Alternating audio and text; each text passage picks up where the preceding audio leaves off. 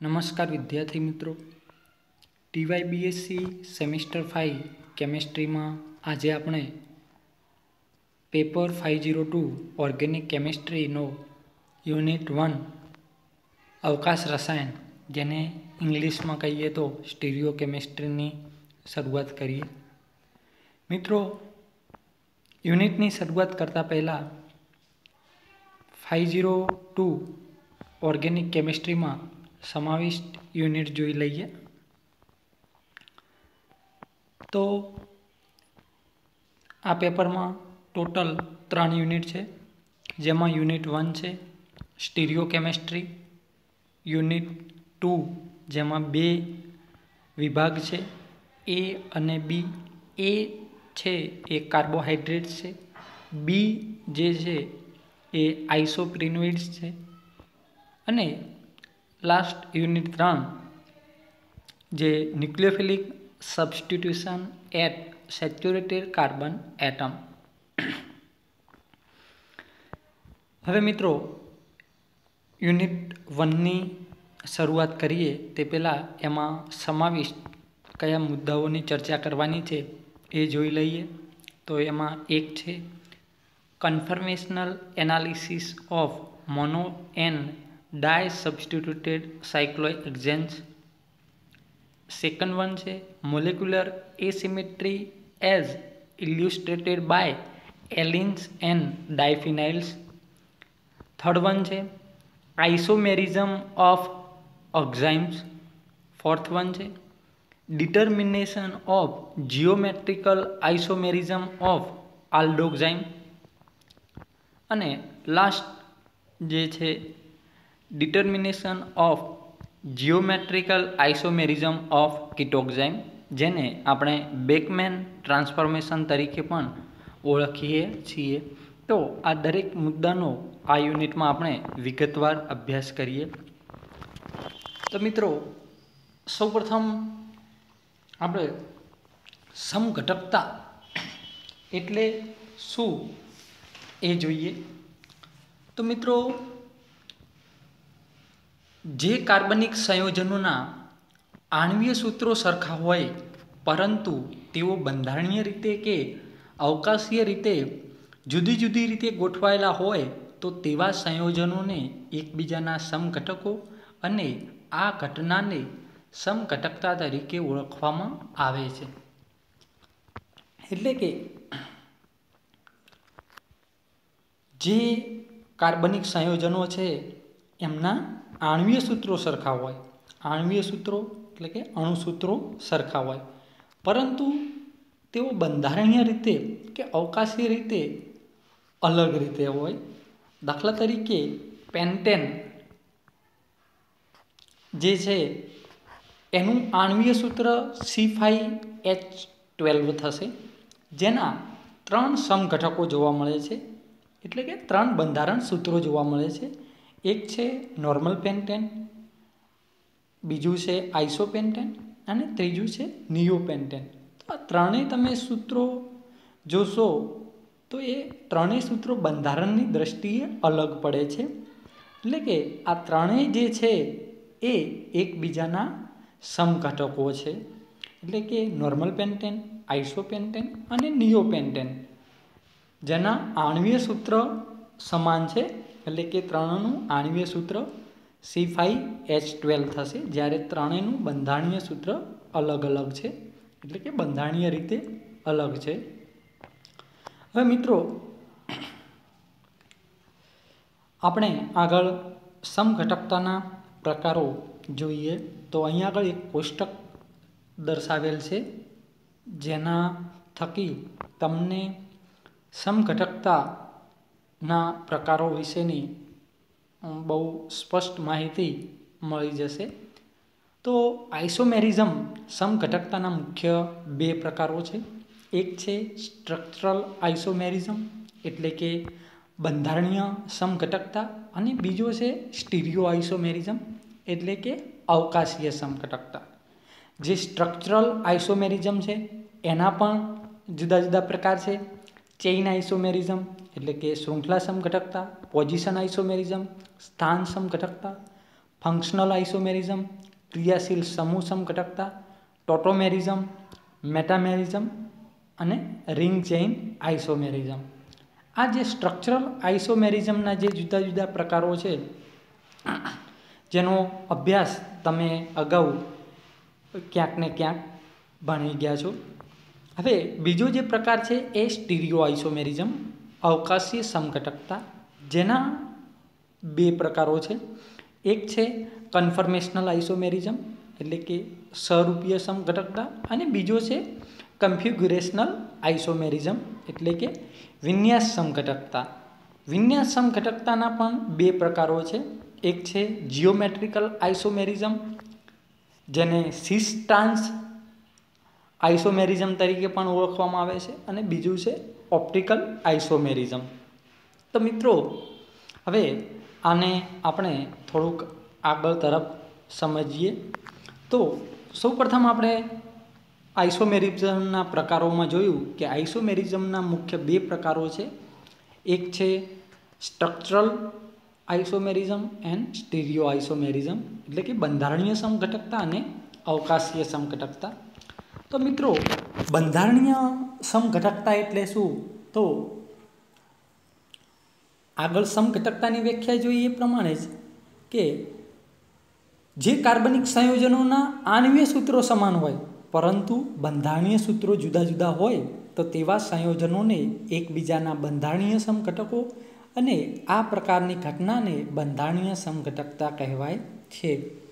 એટલે કે સંયોજનોના આણ્વીય સૂત્રો સમાન હોય પરંતુ બંધારણની રીતે જુદા જુદા હોય. અગાઉ એક્ઝામ્પલ જોયું હતું આપણે પેન્ટેનનું, એ પણ બંધારણીય સમઘટકતાનું ઉદાહરણ છે. અને અહીં આગળ એક બીજું મેં ઉદાહરણ મૂક્યું છે, જેમાં તમે જોશો કે ઇથેનોલ અને ડાયમિથાઇલ ઇથર છે, તો આ બંનેના આણ્વીય સૂત્રો સમાન છે એટલે કે C2H6O બનશે, જ્યારે બંનેના બંધારણ અલગ અલગ છે. એક ઇથેનોલ છે અને બીજું છે ડાયમિથાઇલ ઇથર. એટલે આને આપણે બંધારણીય સમઘટકો તરીકે ઓળખીએ છીએ. હવે એના જે પ્રકારો છે, જેવા કે chain isomerism, position isomerism, functional isomerism, tautomerism, metamerism, ring chain isomerism, તો આનો અભ્યાસ આપણે ક્યાંક ને ક્યાંક આગળના વર્ગોની અંદર ભણી ગયા છીએ. તો હું એમાં આગળ વધતો નથી. હું જે આપણું પોર્શન છે, મેઇન યુનિટનું ટાઇટલ સ્ટીરિયો કેમિસ્ટ્રી, એના તરફ વધુ. તો મિત્રો, અવકાશીય સમઘટકતા સ્ટીરિયો આઇસોમેરિઝમ. તો મિત્રો, સ્ટીરિયો આઇસોમેરિઝમનો ખ્યાલ તમારે સમજવા માટે અણુઓ અને પરમાણુઓની ત્રિપરિમાણમાં ગોઠવણી ધ્યાનમાં લેવી પડે.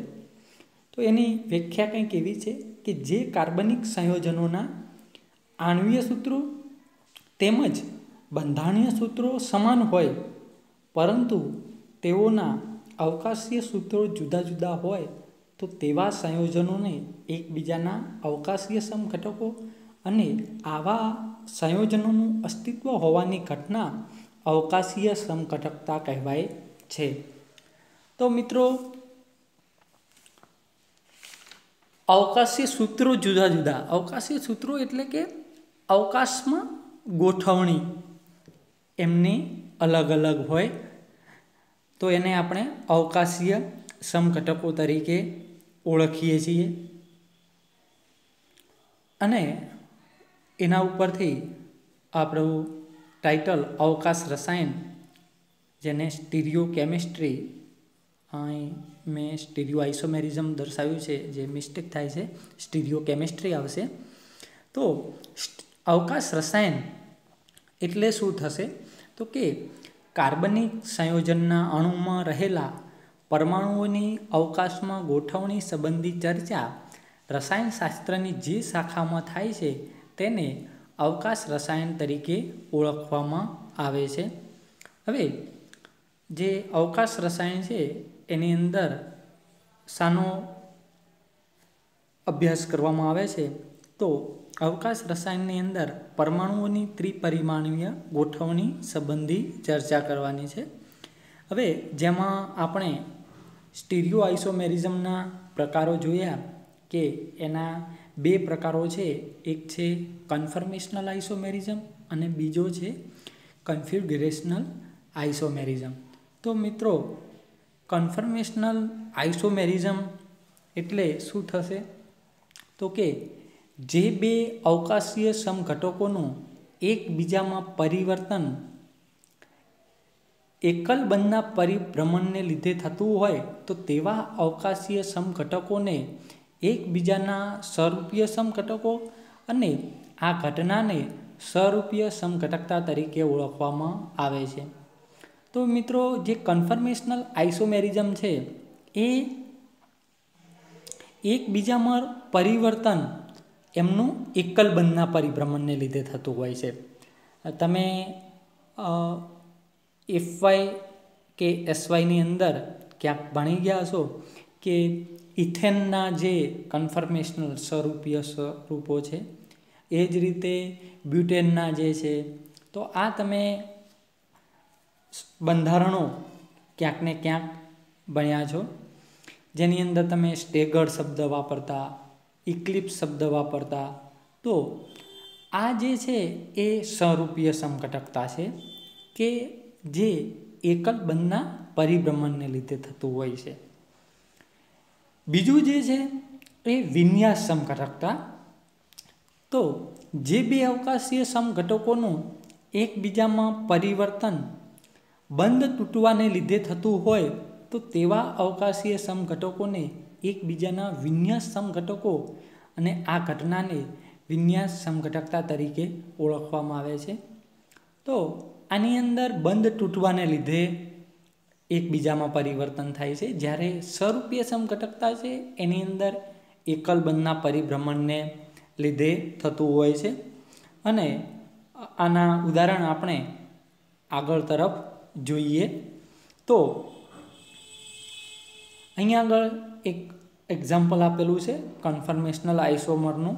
તો મિત્રો આ જે ઉદાહરણ છે એ ઇથેનનું છે. અહીંયા આગળ તમે જોશો કે ઇથેન જે છે પહેલું જે છે એ સ્ટેગર્ડ ફોર્મ છે, બીજું જે છે એ ઇક્લિપ્સ છે.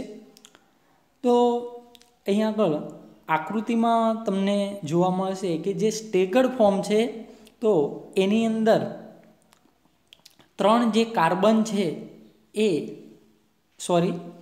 ત્રણ જે હાઇડ્રોજન છે એ 120 ડિગ્રીના ખૂણે છે અને એક્ઝેક્ટ એની સામેની બાજુએ જે ત્રણ હાઇડ્રોજન છે એ જે પાછળના ત્રણ હાઇડ્રોજન છે એના વચ્ચે જે 120નો ખૂણો બનાવેલો છે એના વચ્ચે ગોઠવાયેલા છે.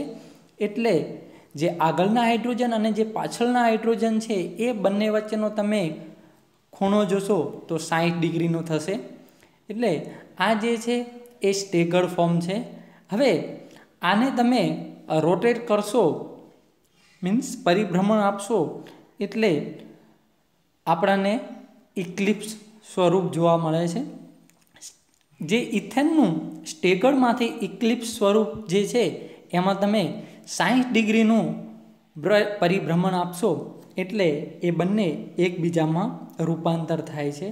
અને આ જે ઇથેનની અંદર જે બે કાર્બન વચ્ચે જે બંધ છે એ બંધનું પરિભ્રમણ થતું હોય છે, એ બંધને અનુલક્ષીને પરિભ્રમણ થતું હોય છે. એટલે આપણને આ બે સ્વરૂપો જોવા મળે છે. આ જ રીતે તમે બ્યુટેનનું ઉદાહરણ પણ લઈ શકો. તો બ્યુટેનની અંદર પણ તમને આ પ્રકારના સમઘટકો જોવા મળતા હોય છે. તો આપણે આ યુનિટની અંદર પણ કન્ફર્મેશનલ આઇસોમર વિશે ડિટેલમાં અભ્યાસ કરવાનો છે, જેમાં આપણે સાયક્લોહેક્ઝેન જે છે એના ચેર અને બોટ કન્ફર્મેશનલ છે એની ચર્ચા કરવાની છે. તો મિત્રો હવે આગળ જોઈએ કે જે વિન્યાસ સમઘટકો જે છે તો એના પણ બે પ્રકાર છે. એક છે જીઓમેટ્રિકલ આઇસોમેરિઝમ અને બીજો છે ઓપ્ટિકલ આઇસોમેરિઝમ. તો મિત્રો જે જીઓમેટ્રિકલ આઇસોમેરિઝમ છે, ભૌમિતિક સમઘટકો, જેને ઇંગ્લિશમાં આપણે જીઓમેટ્રિકલ ઓર સિસ્ટ્રાન્સ ઓર ડાયાસ્ટીરિયોમર્સ તરીકે પણ ઓળખીએ છીએ. તો જીઓમેટ્રિકલ જે આઇસોમેરિઝમ છે એ એની અંદર એક કન્ડિશન છે કે આ જે જીઓમેટ્રિકલ આઇસોમેરિઝમ છે એની અંદર આ પ્રકારની બે કન્ડિશન ફૂલફિલ થવી જોઈએ. એક છે કે there must be a restricted rotation about a bond and second one છે the atoms or groups attach to each doubly bonded atom must be different. તો સિસ ટ્રાન્સ આઇસોમેરિઝમ જેનું એક બહુ સાદું ઉદાહરણ લેવું હોય તો બ્યુટુઇન. તો મિત્રો અહીંયા આગળ નીચે પણ તમને સિસ અને ટ્રાન્સ બ્યુટુઇનનું ઉદાહરણ દર્શાવેલું છે. તો અહીંયા આગળ તમે બ્યુટુઇન જોશો. બ્યુટુઇનની અંદર એક સિસ સ્વરૂપ જોવા મળે છે અને એક બીજું ટ્રાન્સ જોવા મળે છે. જે સિસ સ્વરૂપ છે તો એની અંદર જે દ્વિબંધ છે એના ઉપર બે મિથાઇલ ગ્રુપ છે અને નીચે બે હાઇડ્રોજન છે. જ્યારે જે ટ્રાન્સ છે તો એની અંદર જે બે મિથાઇલ ગ્રુપ છે એ એકબીજાની સામસામે છે, જ્યારે બે હાઇડ્રોજન જે છે એ પણ એકબીજાની સામસામે છે. એટલે કે અહીંયા આગળ જે બે મિથાઇલ ગ્રુપો એક તરફ છે, બીજી રીતે કેવું હોય તો જે બે સમાન સમૂહો દ્વિબંધ ધરાવતી અક્ષની એક જ બાજુએ આવેલા હોય એને આપણે સિસ સમઘટક તરીકે ઓળખીએ છીએ. જ્યારે ટ્રાન્સની અંદર બે સમાન સમૂહો દ્વિબંધ ધરાવતી અક્ષની વિરુદ્ધ બાજુએ એટલે કે સામસામુની બાજુએ આવેલા હોય છે, જેને આપણે ટ્રાન્સ સમઘટક તરીકે ઓળખીએ છીએ. હવે તમે ડાબી બાજુ બે આકૃતિ જોશો. એક છે 2 મિથાઇલ પ્રોપીન અને બીજું છે 1 બ્યુટીન અને એની આગળ ક્રોસ ચોકડી મારેલી છે. તો અહીં આગળ તમે જોશો કે જ્યારે આ પ્રકારની ગોઠવણ હોય તો એ સિસ ટ્રાન્સ આઇસોમેરિઝમ બનતા નથી. અહીં આગળ તમે જોશો કે એક જ કાર્બન ઉપર બે સમાન સમૂહ આવેલા છે, એટલે કે બંને હાઇડ્રોજન છે ને આ બાજુ બંને મિથાઇલ ગ્રુપ છે. જ્યારે તમે નીચે જોશો તો ત્યાં આગળ એક જ કાર્બન ઉપર પણ બંને હાઇડ્રોજન આવેલા છે. તો એક જ કાર્બન ઉપર જો બે સમાન સમૂહ આવેલા હોય તો આ પ્રકારની ઘટના જોવા મળતી નથી. એટલે કે બંને જે એટમ છે, જે બીજા નંબરની કન્ડિશન છે કે the atoms or group attach to each doubly bonded atom must be different. એટલે કે બંને જે છે એ ગ્રુપ કેવા હોવા જોઈએ? ડિફરન્ટ હોવા જોઈએ. ત્યારે જ સિસ ટ્રાન્સ આઇસોમેરિઝમ બનશે. બીજું કે એને આપણે ડાયાસ્ટીરિયોમર્સ તરીકે પણ ઓળખીએ છીએ. તો અહીંયા આગળ ડાયાસ્ટીરિયોમર્સ એટલે શું થશે? તો કે જે પ્રકાશીય સમઘટકો એકબીજાના દર્પણ પ્રતિબિંબ પણ ન હોય અને એકબીજા ઉપર અધ્યારોપિત પણ ન કરી શકાતા હોય તો તેવા સમઘટકોને ડાયાસ્ટીરિયોમર તરીકે આપણે ઓળખીએ છીએ. તો તમે અહીંયા આગળ જોશો કે સિસ અને ટ્રાન્સ બ્યુટુઇન છે એની વચ્ચે તમે એક મિરર મૂકી દો, બરાબર? તો મિરર મૂકશો તો આ બંને એકબીજાના પ્રતિબિંબ પણ નથી અને એકબીજા ઉપર અધ્યારોપિત પણ નહીં થાય. એટલે આને ડાયાસ્ટીરિયોમર્સ તરીકે પણ ઓળખવામાં આવે છે. વ્યાખ્યા એક વખત ફરીથી રિપીટ કરું છું કે જે પ્રકાશીય સમઘટકો એકબીજાના દર્પણ પ્રતિબિંબ પણ ન હોય તેમજ એકબીજા ઉપર અધ્યારોપિત પણ ન કરી શકાતા હોય તો તેવા સમઘટકોને ડાયાસ્ટીરિયોમર્સ કહે છે. એટલે આ જે છે એને આપણે ડાયાસ્ટીરિયોમર્સ તરીકે ઓળખીએ છીએ. આગળ જોઈએ પ્રકાશીય સમઘટકો. ઓપ્ટિકલ ઓર ઇનેન્શિયોમર્સ. તો મિત્રો જે ઓપ્ટિકલ આઇસોમેરિઝમ જે પ્રકાશીય સમઘટકતા છે તો એની વ્યાખ્યા જોઈએ તો કે જે કાર્બનિક સંયોજનોના રાસાયણિક અણુસૂત્રો, બંધારણીય સૂત્રો તથા તેના ગુણધર્મો સમાન હોય પરંતુ તેઓ પ્રકાશીય રીતે જુદા પડતા હોય, એટલે કે એમના પ્રકાશીય ગુણધર્મો અલગ અલગ હોય તો તેમને પ્રકાશીય સમઘટકો તરીકે ઓળખવામાં આવે છે. એટલે કે પ્રકાશીય સમઘટકો એટલે કે સમતલીય ધ્રુવીભૂત પ્રકાશનું ડાબી બાજુ કે જમણી બાજુ કોણાવર્તન કરતા હોય. તો અહીંયા આગળ તમે મિત્રો જોશો ઓપ્ટિકલ આઇસોમેરિઝમનું એક ઉદાહરણ આપેલું છે એમિનો એસિડ એલેનાઇન. તો અહીંયા આગળ લખ્યું એ પ્રમાણે another form of stereo isomerism is optical isomerism in which a molecule can exist as two isomers that are non-superimposable mirror image of each other just like a left hand and right hand. એટલે અહીંયા આગળ બંને જે છે એ એકબીજાના mirror image છે, એટલે કે બીજી ભાષામાં કેવું હોય તો કે કિરાલિટીનો ગુણધર્મ ધરાવે છે. અને નીચે જે આપેલું છે એની વ્યાખ્યા થશે કે optical isomers have the same physical properties but they rotate polarise light in opposite direction. એટલે કે એક જમણી બાજુ કોણાવર્તન કરતા હોય તો બીજા જે છે એ ડાબી બાજુ કોણાવર્તન કરતા હોય છે. દાખલા તરીકે લેક્ટિક એસિડ તમે જુઓ તો લેક્ટિક એસિડની અંદર પણ આ પ્રકારનું આપણને જોવા મળે છે. એક ડાબી બાજુ ભ્રમણ દર્શાવતું સંયોજન જોવા મળે છે, બીજું જમણી બાજુ ભ્રમણ દર્શાવતું સંયોજન જોવા મળે છે, જેને આપણે ડેક્સ્ટ્રો અને લીવો નામ આપ્યા છે. ડેક્સ્ટ્રો એટલે કે જમણી તરફ ભ્રમણ થતું હોય અને લીવો એટલે કે ડાબી તરફ ભ્રમણ થતું હોય.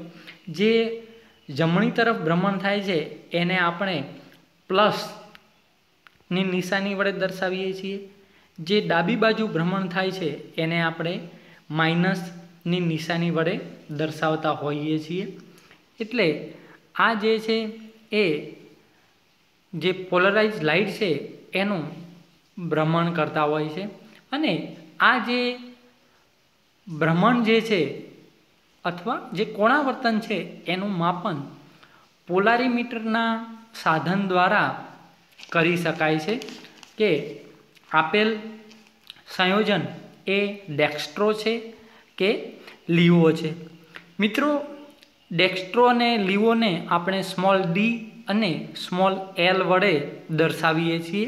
એવી જ રીતે એક કેપિટલ ડી અને એક કેપિટલ એલ આવે છે. કેપિટલ ડી અને કેપિટલ એલ તથા સ્મોલ ડી અને સ્મોલ એલ એ વચ્ચે થોડો તફાવત છે.